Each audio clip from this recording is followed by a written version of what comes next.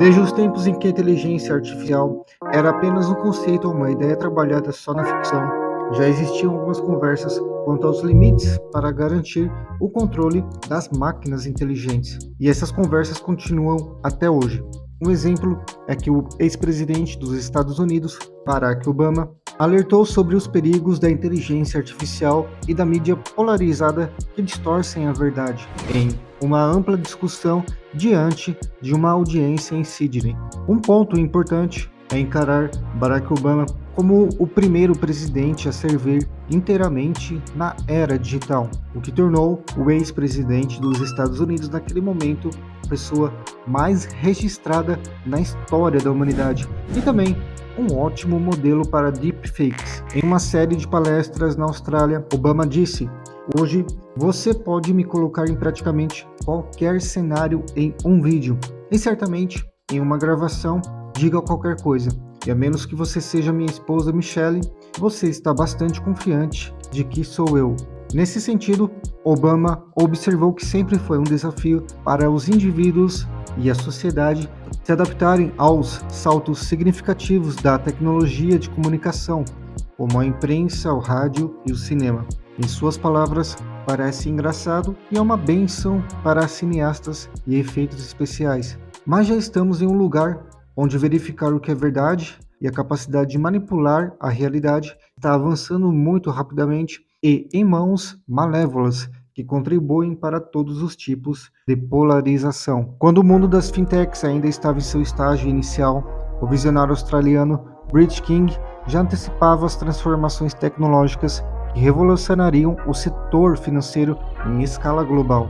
Em 2010, ele lançou o livro Bank 2.0, que traçou um mapa das tecnologias que viriam a reformular os bancos ao longo da década seguinte. Com mais duas atualizações da obra, em 2014 e 2018, King foi capaz de prever o impacto das instituições bancárias totalmente digitais, como o Nubank, que emergiram nesse período.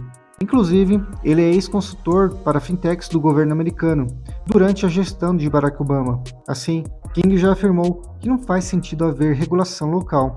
Em suas palavras, vimos isso com as Big Techs, que podem ter operação em uma jurisdição, mas têm alcance global, impactando bilhões de pessoas. Com a IA, será a mesma coisa.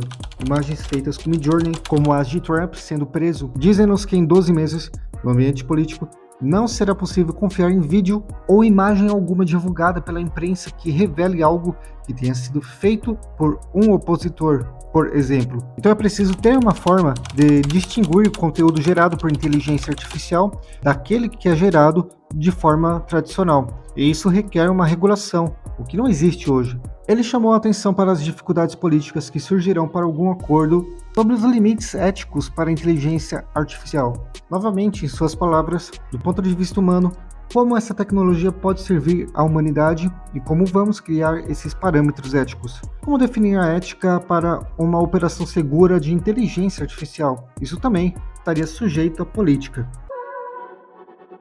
Sobre esse tema e afins, existe um termo muito interessante: inverno da inteligência artificial.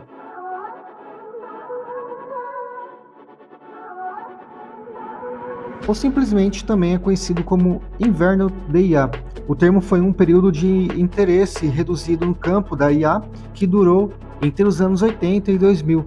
Ela se refere também à possibilidade do desenvolvimento da tecnologia desacelerar até ficar adormecido por um longo período, dando espaço para outras áreas de pesquisa tecnológica, assim como também pode ser entendido como um período de financiamento e interesse reduzidos na pesquisa da inteligência artificial.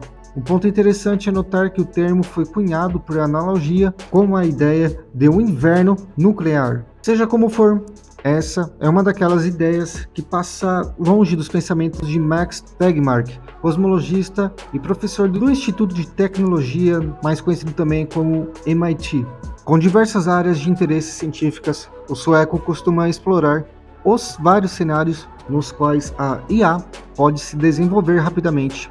Em suas palavras, primeiro, a IA não é má, é apenas uma ferramenta que pode ser usada para fazer coisas boas e ruins.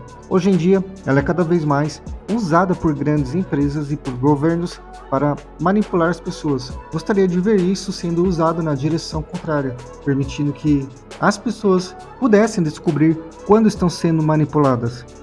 Em seu livro de contos intitulado Eu, Robô, publicado em 1950, Isaac Asimov abordou o tema da ética da inteligência artificial ao apresentar as famosas três leis da robótica. Essas leis, que também foram adaptadas para o filme de 2004 com Will Smith, estabeleciam diretrizes para os autômatos, determinando que eles deviam proteger sua própria existência, obedecer aos seres humanos e evitar causar danos a qualquer pessoa, mesmo que solicitado por outra.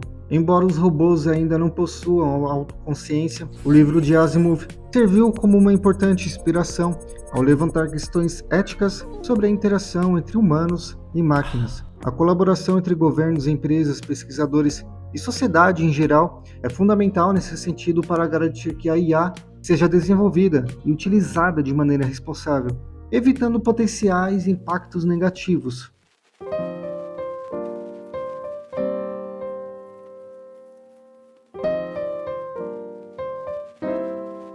A inteligência artificial tem se mostrado tão indispensável quanto as redes sociais? Tudo indica que sim.